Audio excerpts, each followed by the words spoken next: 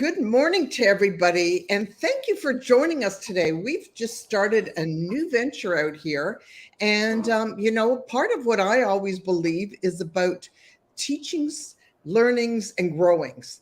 So, this sessions that we're going to be starting to do, myself, and allow me to introduce the king of real estate.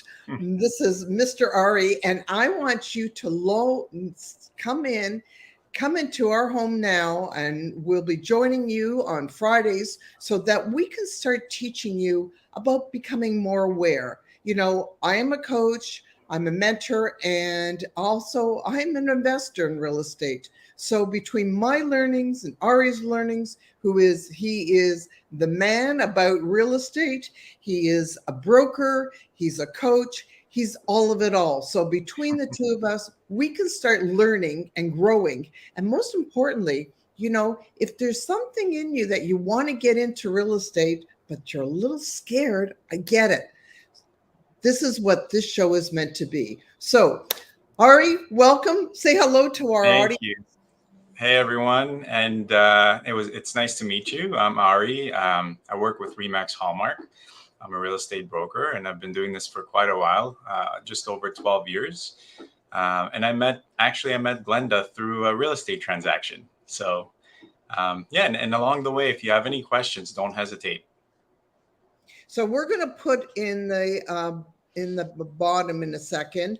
I'm going to put in, because to get onto StreamYard, you have to go on and we're just today is our first day here, so we're running the show. We're flying on our asses. The whole idea of doing things is even taking messy action.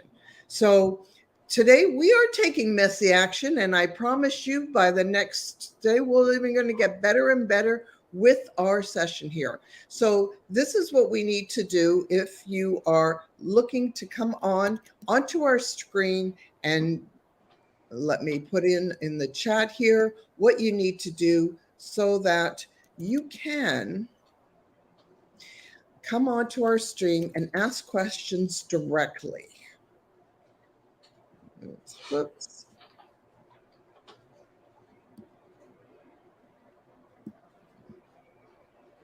So here we go.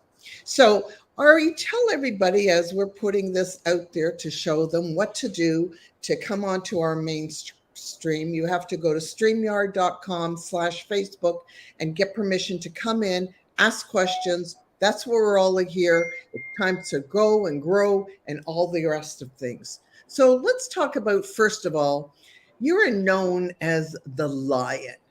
The Lion of real estate. Yeah. So that's kind of our, I'd say, I guess, logo. A while back, it used to be the Ari Bazzillo team. And I noticed that a lot of my clients wanted to work with Ari Bazzillo. So I kind of changed it up a little bit, just because I believe that anyone on the team or anyone that I work with is just as equally qualified. And I didn't want to take that away from any of my team members. So we came up with this cool little logo where, it's basically a lion, which is a king of the jungle. But he's wearing a tie because he's ready to go hunting for properties and of course, selling properties. So that's kind of where that came from.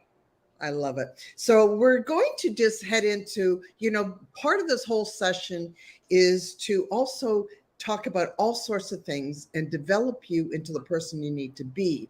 Because as Ari says, he's the lion. But this is one of the things that I teach.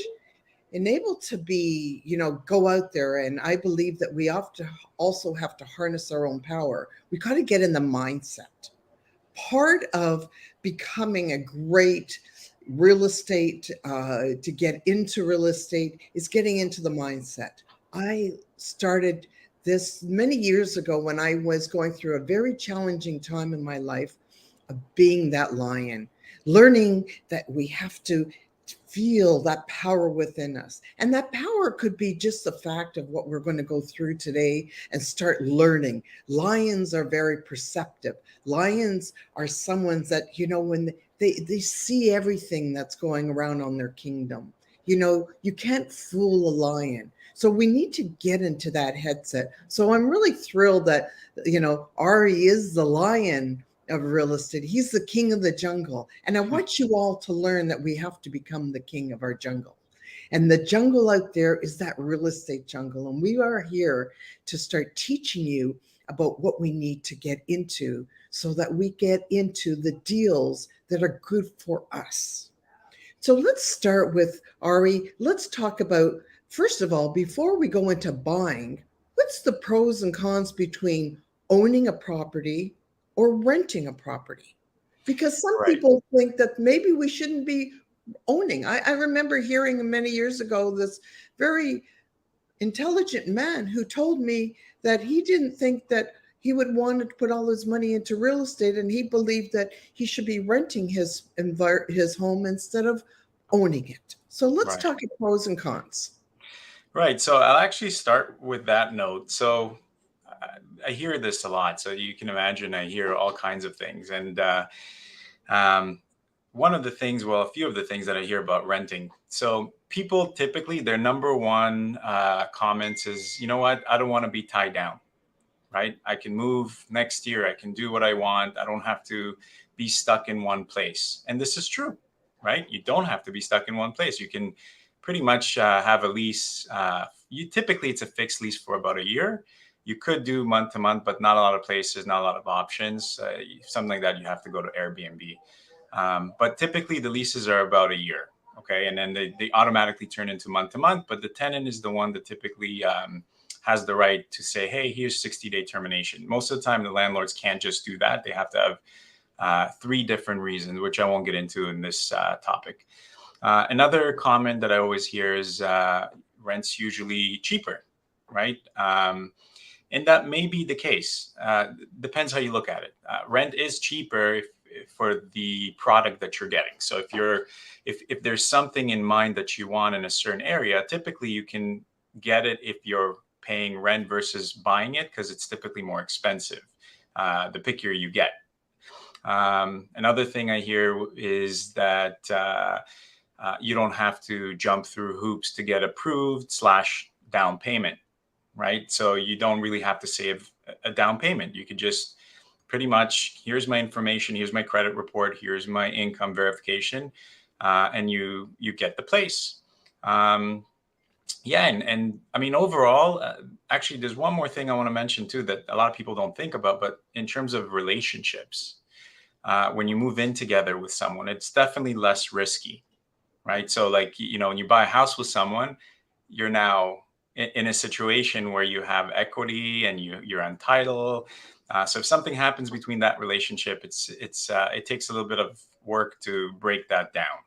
But when you're renting, it's still a little bit of work because if the rent is not complete, if the fixed term is not complete, then you still have to figure out a way for one person to leave while the other one pays the rent. I mean, there's always an agreement.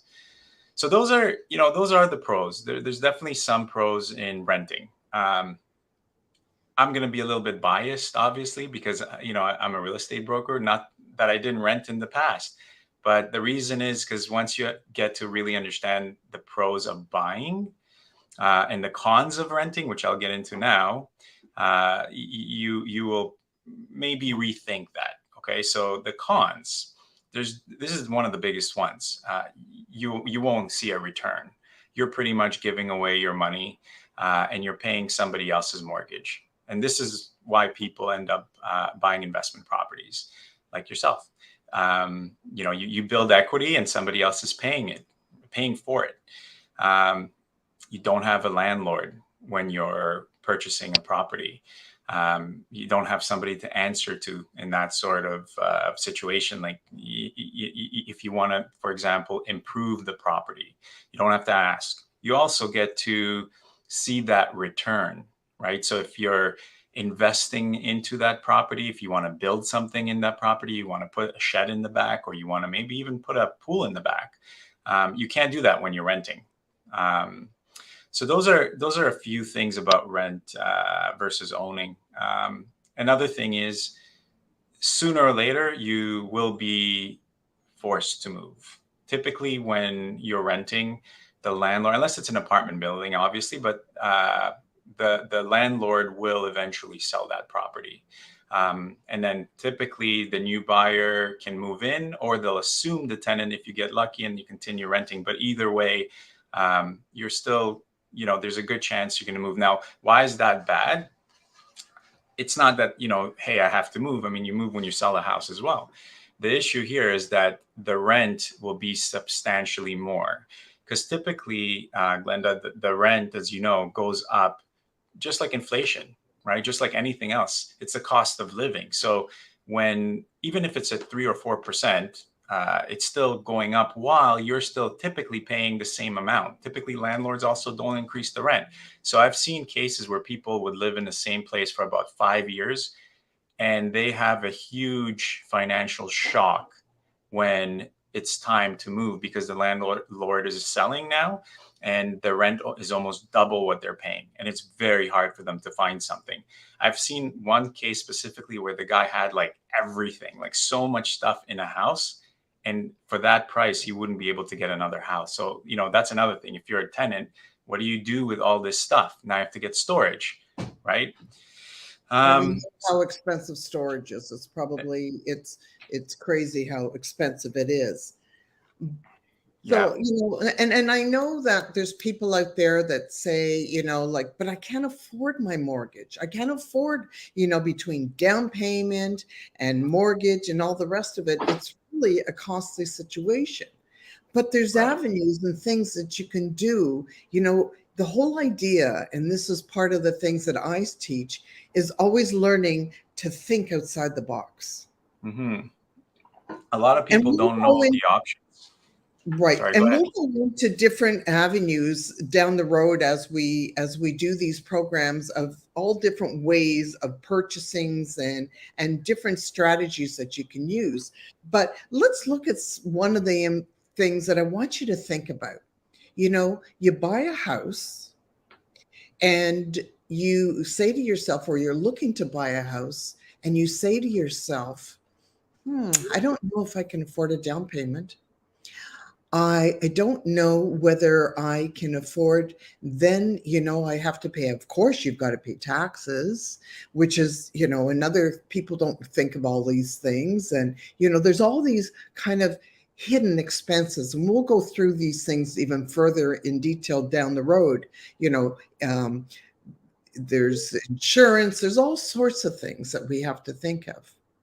But let's take it back for a step and say, okay, buying a house, remember, if you're able to, and maybe this is part of what I teach also, if you're looking into real estate, that you can also build in your house maybe a second apartment that will help you to keep your mortgage going, maybe even to the point where it pays your mortgage and you can actually live rent-free.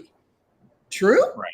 Yeah, absolutely. People do that a lot, especially in this, I don't want to say this market, but this time, when the rates are so high, or even when the prices just shot up through COVID, a lot of people were looking for properties that have that separate basement, separate entrance for additional income to help them kind of like offset their mortgage payments. So let's look at now. We talked about the pros and the cons. I myself, I'm I used to be a renter years ago, but I always knew that there was an importance of buying a house. Why? Because if you can buy right, and we'll talk about how you buy right. If we can buy right and you can move into a property, oh, I see we have a special guest that we can bring on. This is the Mrs. Lyon. Is she around? I see she popped into our show. Paige, are you there that you want to join in with? She might be on the road. I don't know where she is. I'm there you here, go. But I'm doing our grocery shopping. Okay, well, if you want to, you can just pipe in and just give us. I know you've started into real estate, and being part of the team. And I know that now your life is part of being involved in real estate. What is the one of the treasures that you've learned about the importance of having a property that you've actually purchased that's your own? You're putting me on the spot here. The importance of, sorry, it's a little bit The hard to hear you. importance of owning as opposed to renting. Like, why would you want to have your own property instead of just renting a property? Well, it's an investment into your future, right? Uh, when you own a property, that's something that's yours. It brings value to your life, and also in the future, it allows you to, expand. You can um, use that kind of like as an investment towards future properties and just growing your life in general. You don't have to start big. You can start with just a condo or a townhome, like whatever you are able to purchase. You can always go up from there, and you can also. It just brings so much more benefit to yourself rather than renting and bringing just a benefit to kind of someone who owns the property. Absolutely. See, so it all comes. Let's talk about, I'm going to let you can listen to us. I'm going to let you go and do thanks for popping in and joining with us. And we'll have another day where you'll join us on into our Let's Talk Real Estate. Perfect. I'd love that. Okay, perfect. So, let's start with one of the important things. And I know everybody talks about this, and I'm a believer of it hugely. Let's talk about mindset. You have to have a certain type of mindset. And I'm going to just, I didn't close my door as I started. I'm going to mute myself for a second. Sorry, there was an ambulance going by, and I didn't want the ambulance taking over the sound here. So the important part of starting into real estate is being of the right mindset. Do you agree? 100%. Yeah. So last week when you and I met and where all of this whole thing started, we went into the mindset. Because, if you're not in the proper mindset, it will affect your business. Mm-hmm. It will affect how you look at things. Mm-hmm. It will affect how you do things. Right. If you're a negative mindset person, you're going to start looking at maybe the same thing. Why should I be buying a property? What's it going to do for me? It's going to tie up my money.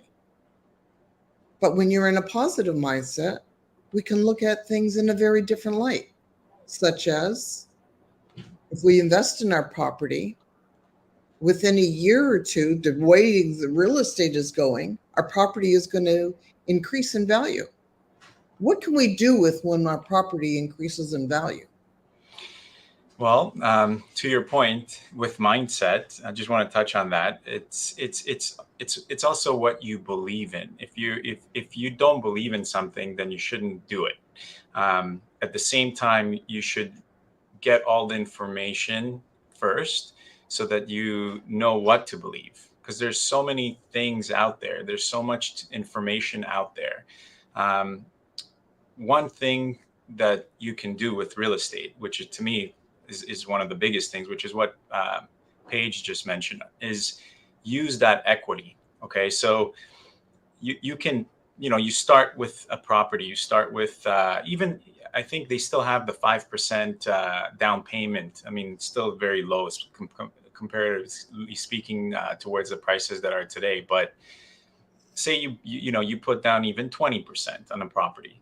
At first, that's really, all you put down, the bank pays the rest. So that 80% is the bank's efforts. But as time goes by, there's a huge gap that gets built. So the first part is the value of the property goes up slowly. Okay. So slowly, or sometimes even fast. In the last few years, it went up 30, 40%. So with that said, I want to mention one more thing that I had on my list here. You can't save fast enough. right? So like there's people out there that, make a decent living. You can make 100, you can make 200,000 a year, which is great. But your property value, I mean, I've seen people, buy for 700,000 and sell 5 years later for 1.2, 1.3 million dollars, right? While they're still making money at their job.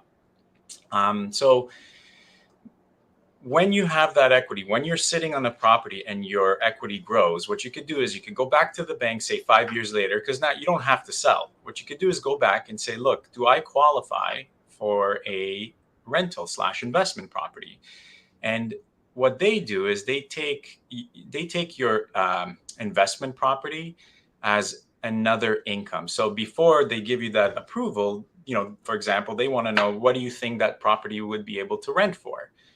Now, the rent typically could be, say, $2,700 for a small little 3-bedroom house. Okay, so now they're adding $2,700 a month to your income, plus the income that you have, and they give you an approval for an investment properties. Now, when an investor comes to me and says, I can get a second property, typically what we do is we sit down and we crunch the numbers, which we'll do maybe in another show, but we'll crunch the numbers and we look at what is the break even. So if I put down 20% and I purchased a property, would my rent cover the mortgage and the property taxes? Because you have to remember that typically, almost all the time, the tenant still pays utilities. It's the same as owning, right? The landlord doesn't pay that. So this is just one example, but I mean, this is, say and I've seen this happen. I had a client that worked in Canada Post, and I think he was making $60,000, $70,000, which is, great. But in a matter of 5 years, he ended up having 3 properties. He went from 1 property to 3 properties. And then I think it was like 4 years after that, he sold them off and he bought his family a really nice property. And I think, probably mortgage free, right? And it's all because he was trading in real estate. He was investing, he was pulling money, he was doing it the right way. And so that's the kind of results you can expect if you're doing it correctly. But also, yeah, of course, you have to have some patience. It's not, like in a market like this, people that bought a year ago or 2 years ago, they have to wait, right? It's not always up and down. Typically, it was more of an up market over time. But considering the fact that we had such a huge increase in the last few years, it's kind of adjusting itself right now. So it's more of a balanced market, contrary to what you're reading or people are reading on the news all the time. It's still pretty decent market, and inventories, I'd say, still kind of balanced, right? But anyways, back to that point. Yeah, equity is one of the best things you can build. And then one last thing I want to mention is too, I mean, I have 3 kids. You can pass that down to your kids, right? Whether it's 1 property or 3 properties. I've seen that too, where, people inherit properties or they sell them and then they inherited properties. Because I work with like Scotiabank Wealth Management, and I see, family members that they pretty much set for life because their parents or even grandparents purchased properties a long time ago, and then they end up getting that hand-me-down type of thing, which is great, right? So it really does help. So, okay, let's go back now. We're going to look for our very first property. We've never bought a property before. Mm-hmm. Okay. What is, in your opinion, the very first steps somebody should be doing if they want to buy a property? If they just, at this point, have never done anything, what's the very first step you suggest? Perfect. Okay. So first step, mortgage approval. Okay. So that really helps for 2 reasons. One is, obviously it tells us how much you can afford, but more importantly, it also really narrows down where we can buy. And that's also based on your criteria. So if you told me you want a really, really nice big house, but you only had a certain amount of budget, then I know that you might have to look further out. If you didn't mind the size, or let's say, the property, not just the size of the house, the actual property itself size, like the lot frontage and depth, then you can move a little bit closer. Now, when I say further and closer, I'm typically referring to major cities, right? Because like Toronto obviously would be the most expensive, and then kind of like it's like almost like a ripple effect from there. So that would be the first step. You want me to So, continue? okay, so yeah, so let's talk. We first of all go and we see what we can actually afford. Mm-hmm. Mm-hmm. Second step, then.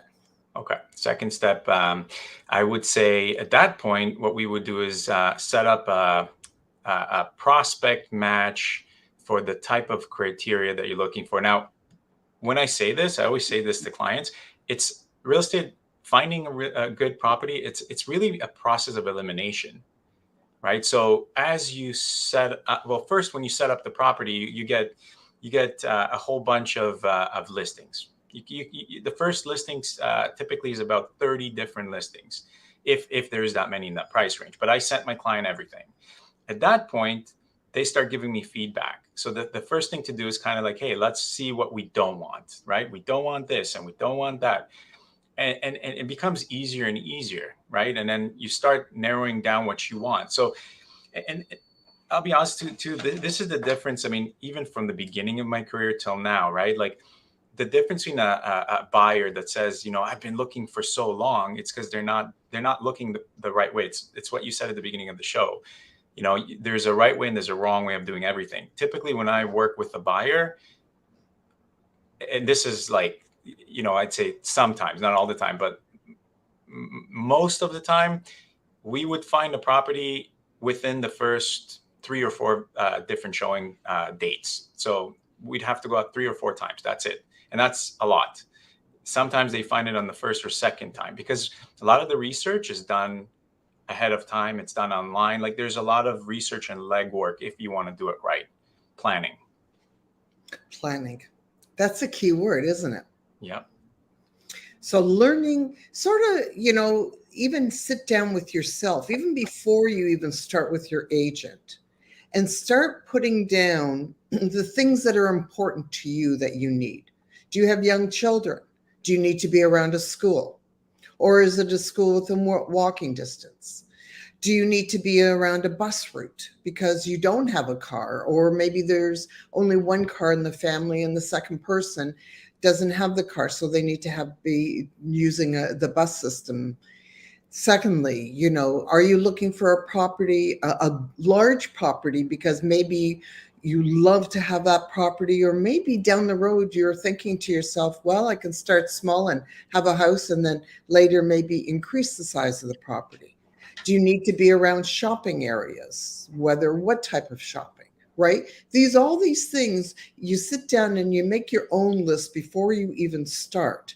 And then, and then are you buying this for yourself? Or there's the other side if you're going in as an investor. And we'll do another segment. We'll do segments down the road just about investing on properties and how we go about that, because that's another whole huge segment of wealth building, which I want people to understand and know and also grow. So now we've got the idea that you're starting now to accumulate properties. You've done your searches with your clients, and we've now gone into our second segment, a step.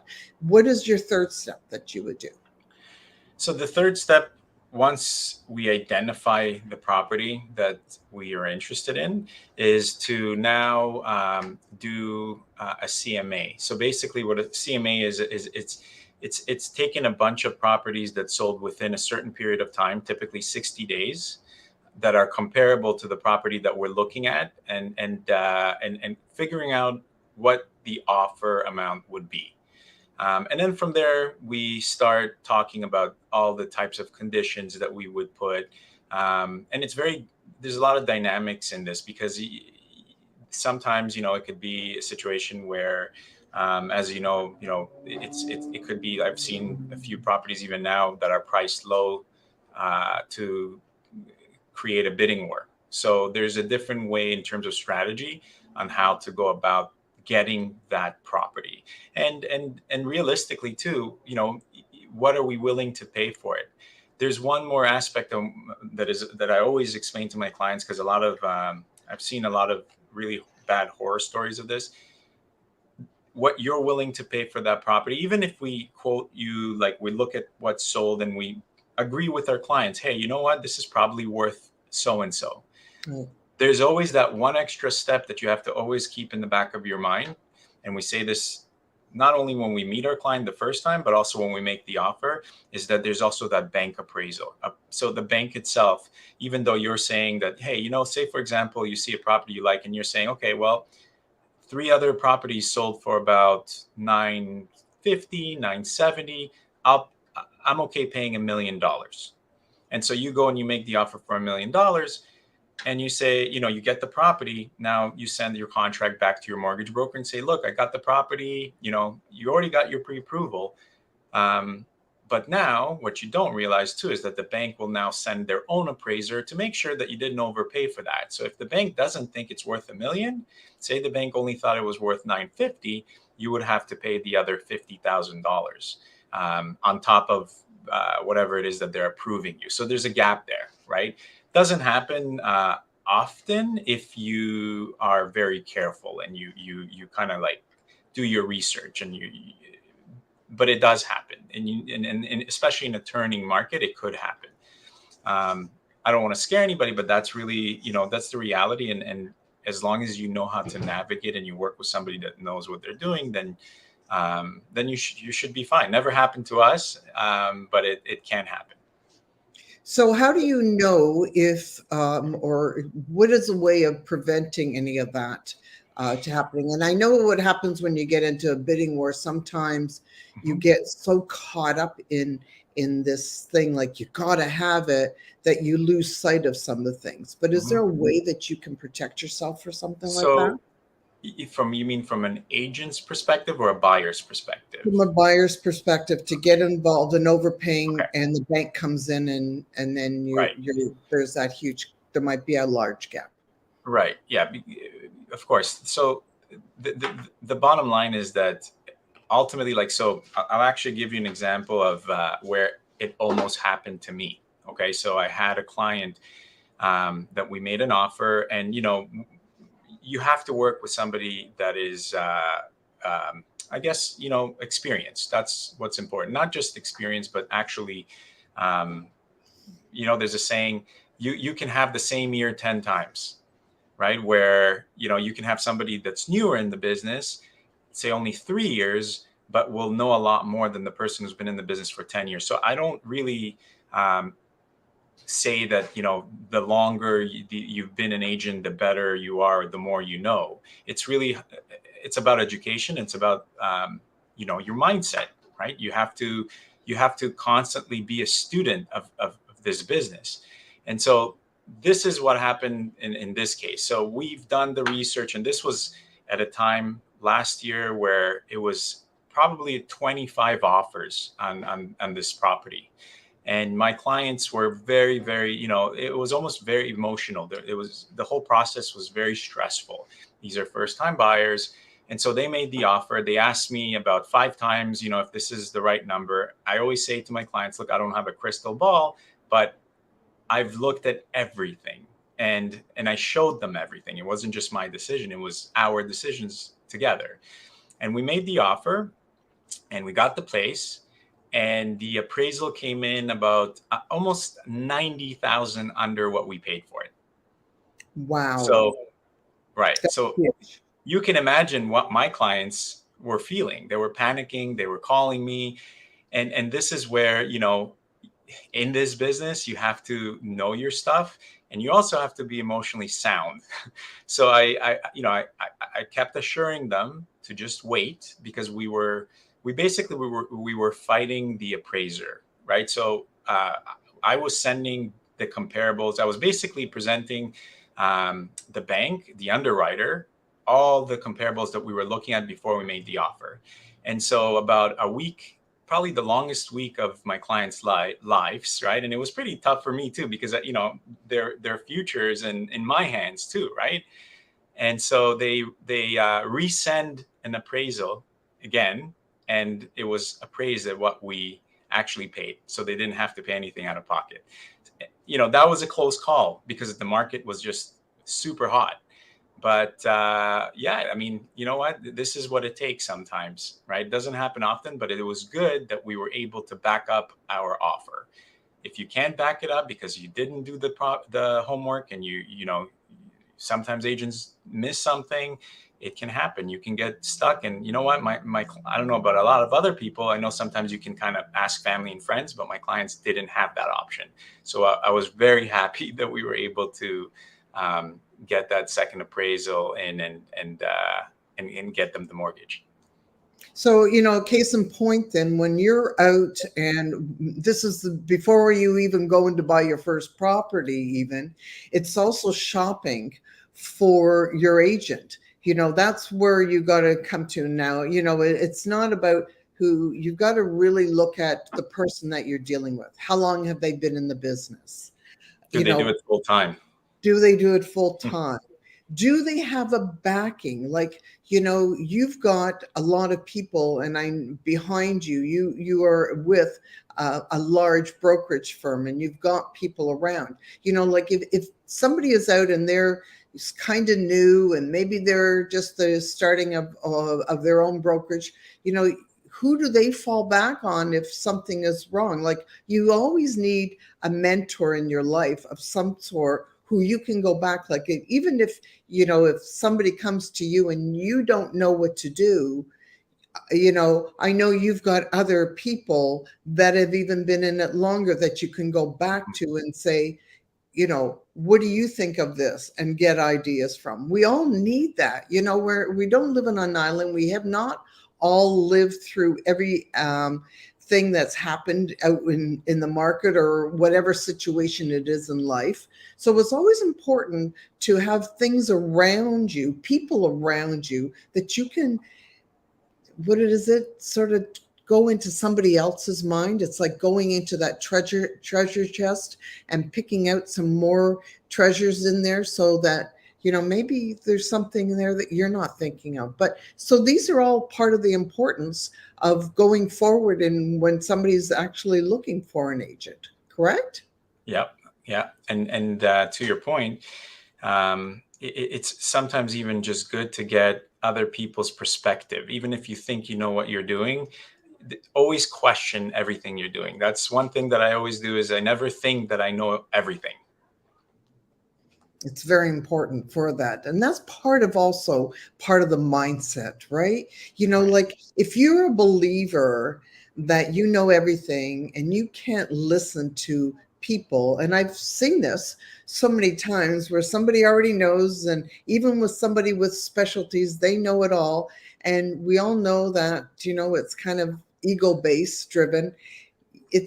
You're not going to learn, and you're not going to get what you need. So also remember, when people talk to you, you have to step back and really listen how they talk, the words they use.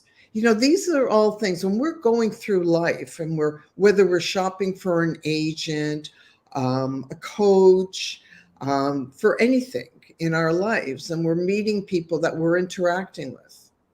Do people talk all the time?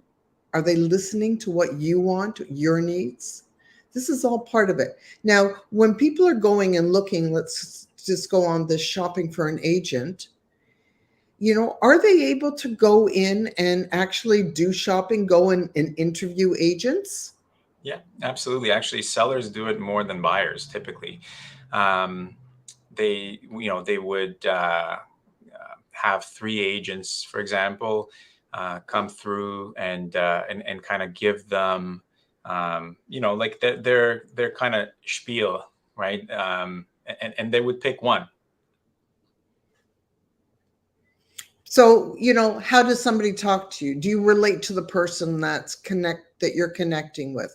Are we saying that people can do mostly when they're selling something because they've got something on hand, but there's nothing stopping you when you're going out and you want to look at a property and you want to have somebody to go out with. If you're going and you connect into with somebody and you feel that person's not hearing your wants or your needs, then you're allowed to say thank you very much, but no thank you.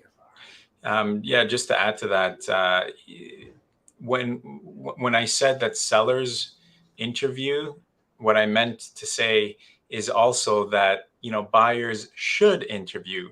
The reasons that sellers do the interviewing typically is because they have the mindset of, hey, I'm paying the commission, right? So I get to choose my agent. Well, even if the buyer is not paying the commission, which they're not, you don't have to pay for a buying agent. You can pick any agent and they will help you. But ultimately, what you don't realize is that you are paying for it. You're paying for it with, the offer that you make, with the experience, and how dedicated the agent is. Like, do they really have your best interest in mind, or are they just getting tired of showing you properties? The reason that I said earlier about typically my clients buy within 3 or 4 times, because I had a very sweet couple.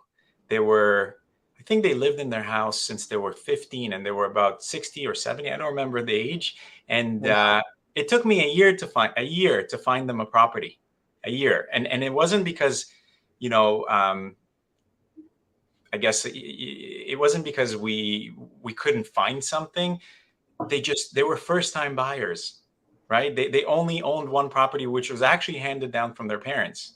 So I they love were first time buyers, and they didn't want to rush because they every time we saw a property, they weren't sure, or there was something wrong with it. So we had to not only see enough properties, but we had, the idea was just, it had to settle into their mind. And funny enough, at the end, they ended up buying something completely from what they wanted to buy in the beginning.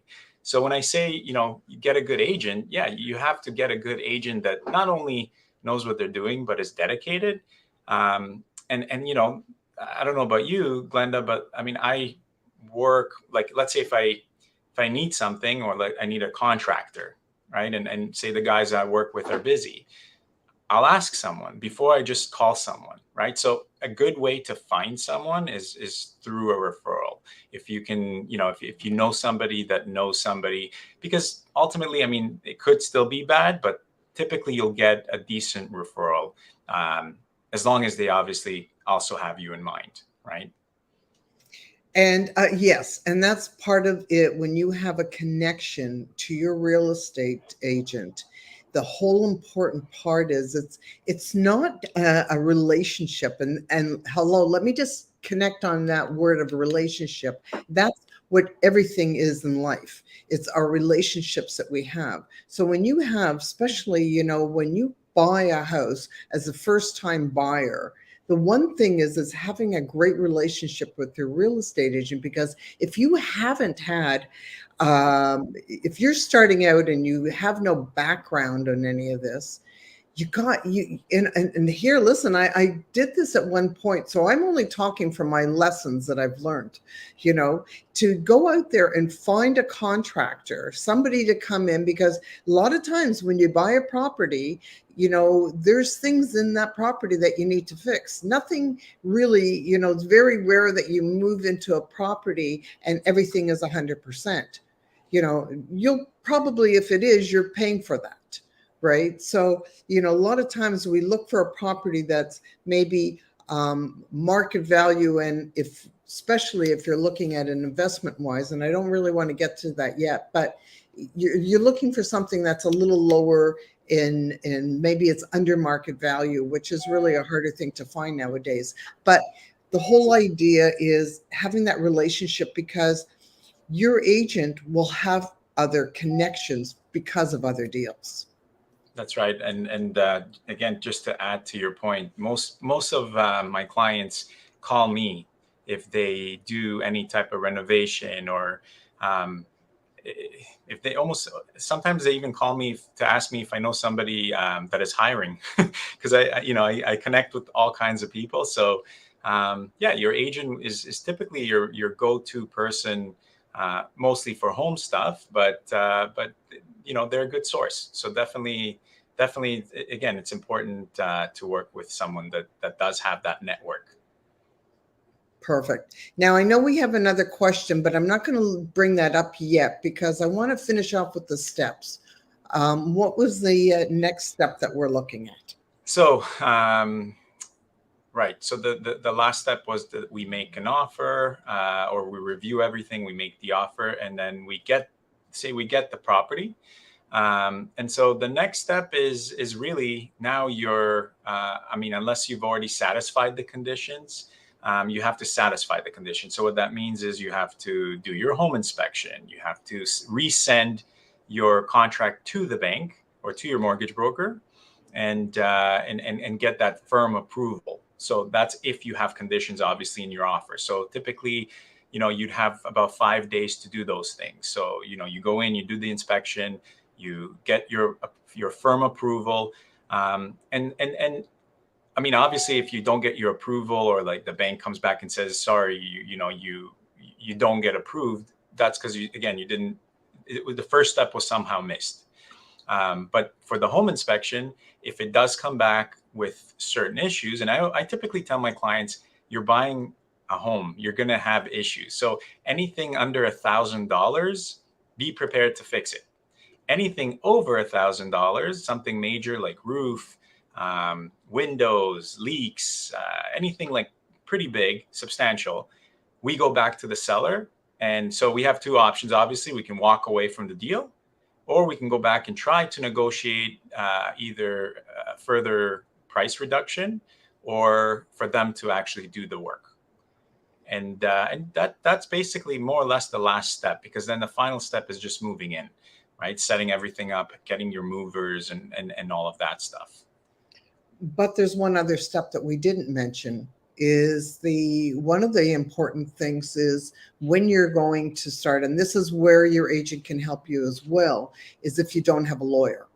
Because Right. remember, we need to get people, you're developing, let's put it this way. I want you to think of yourself when you're even buying a home, you need to put a team around you. Everything in our lives, we need teams.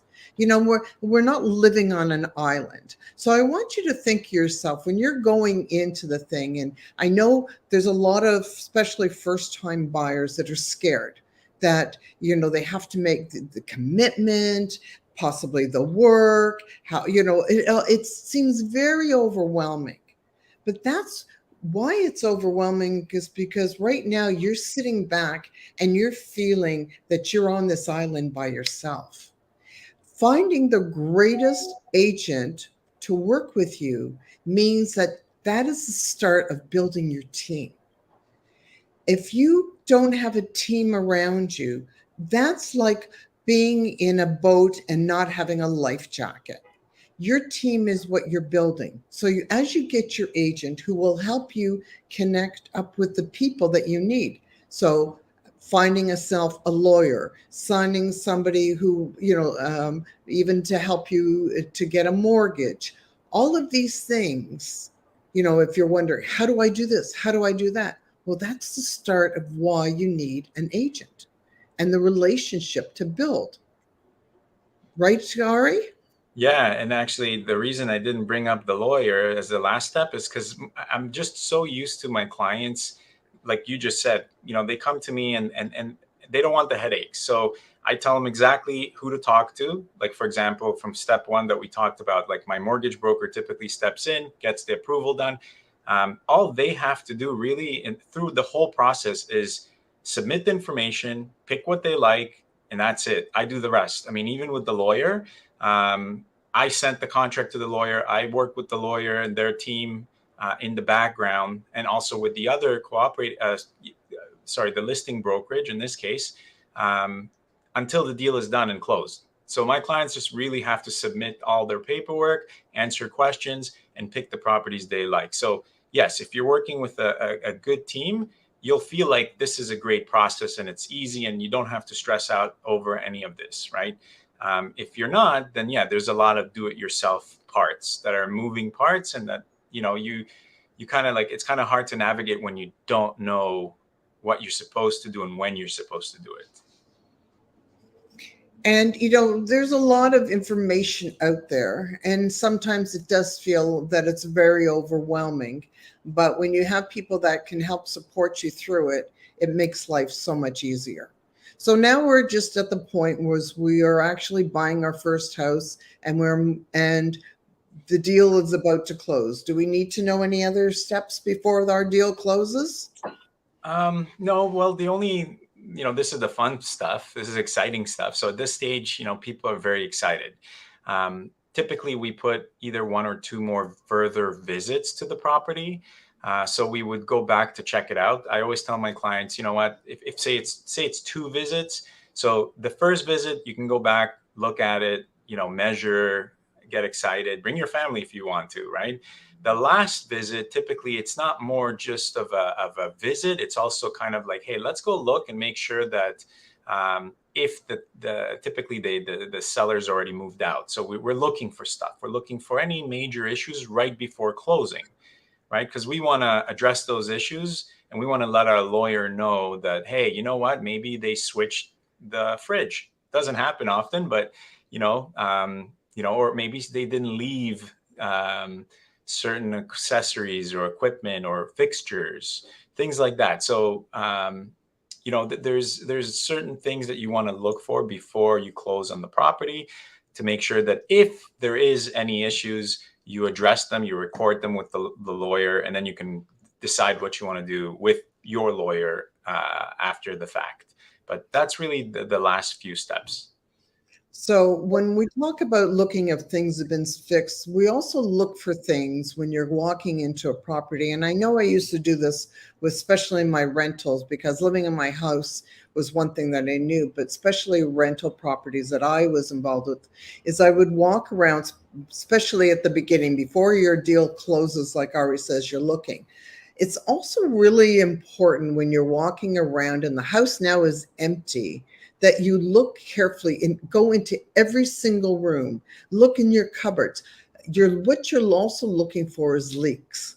So you look for if there's bubbles in the ceiling, you see if there's anywhere where there's been some stains where you see running water, because like this, maybe there is something major in your property that actually you could, and maybe not lose the deal, but maybe you actually need to have, because you might have to bring in an expert if there is, let's say, a leak in the property, and it maybe is something that, instead of you having to take over that could be an incredible cost, it is something that actually, that maybe it's something that they were hiding. So have you had that situation? Yeah, so I'll just comment about that. So anything that you find has to be something that you didn't see or wasn't shown when you were buying that property. So for example, say you bought the property, you even did an inspection, and on the day that you're going to do your final visit, say for example, there was like a rug, right? So the inspector's not going to move the rug. There could be a table on the rug, or painting on the wall or whatnot, right? So yeah, you could, all of a sudden the rug's not there, and say you have hardwood and you have this big, huge like hole, right? So if that's the case, then yeah, then you have every right to address that, bring it to your lawyer, and deal with that. But if it's something that was there and they can prove that it was there, that you just missed, then they, essentially they can argue that back. I've had one case where I don't even know why they did this, but they took the central vac's accessories away. So like there was a central vac, and when you buy a central vac, it comes with accessories, like the hose, right? So they took the hose. Clients didn't really care. They were like, I'm not going to go after them for a hose, but it was little things like that that happen. And like I said, you have to remember, you have to leave a little bit of room for like things to happen, right? I always tell my clients, because you just don't want to go in and have a really bad experience, right? But yeah, on the flip side, there's definitely situations where I see things that happen and they're pretty bad, right? Like, to give you a small little example, a lot of people don't do this even now. Like, after so much experience in the business, I see agents that have been in the business for a long time, and they still, it's almost like being lazy. I hate to say it, but Yeah. when you buy a house, right, you always say washer and dryer, right? Your washer and dryer is always included. Well, it's not a washer and dryer. It's a clothing washer and a clothing dryer, and you have to specify that. Otherwise, somebody can leave you a hair dryer. And what are you going to say? I mean, yeah, you can go to court for it. You can go to your lawyer for it. And sure, they might even, argue the case and the point because there's pictures on MLS. But you just have to be very specific, and not you. When I say you, I mean, you have to make sure that your agent, again, is experienced enough and takes the extra mile or kilometer in our case to get you protected. Right. But yeah, it does happen. Anything can happen in this business. That's what I learned. So you have to just be very, very cautious and detailed. Perfect. So before we end this segment, we do have one question and it leads off to something else, but let's take a look at one of our viewers here, David. He wants to know, when you have a home, how easy is it to buy an investment property? So we talked a little bit about this earlier about leveraging. Now that's a word. Let's talk about, first of all, we'll talk about this briefly, and we'll also be saying to David, for further on, we will be going into investment buying and things like that in ours. But can we just touch on this a little bit because he is viewing us today, and giving him a little bit of background on this? Right. So first, I'm going to say that the best advice that you can get about what you need to qualify would be through a mortgage broker. Right. So anytime somebody comes to me and asks these type of questions, I always say, well, let's talk to the mortgage broker, because there's no point of me giving them, like I can give you basic general information, which I will, but I would say try it. It doesn't cost you anything. And it's the best thing that you can do for yourself if you can get approved.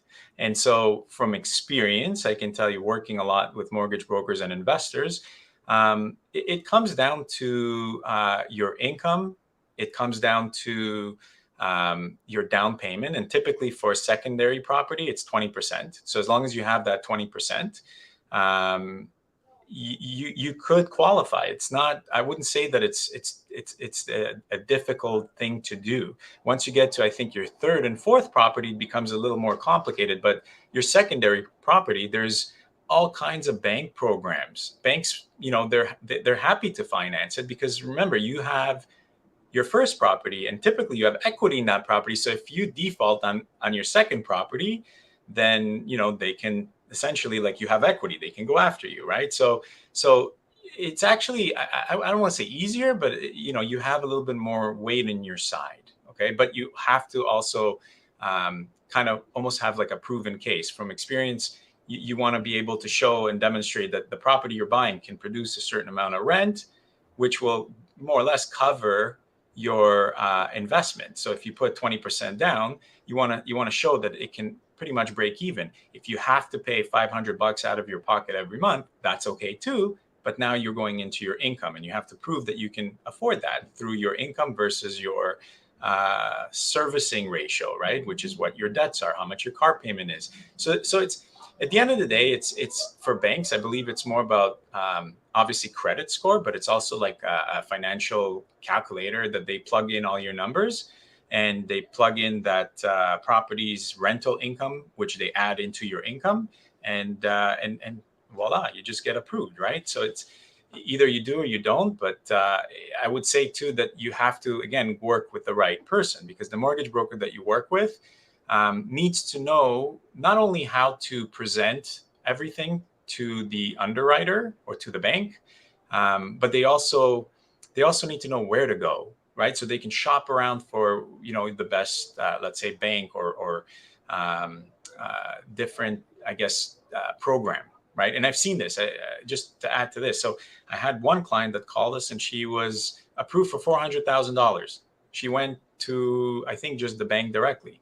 And so we set her up with our mortgage broker, and she was bumped up to $700,000. That's $300,000 more than what they told her that she can buy with, because you can't really buy much for $400,000. And so we ended up finding her a property for about $6 something, and she moved in, and she was super happy, because she wouldn't have been able to buy a property at $400,000, not, at least not in the GTA. So when we're talking, though, I will say one thing that I'll add into it is when you're buying an investment property, you have to really sit down and know your numbers.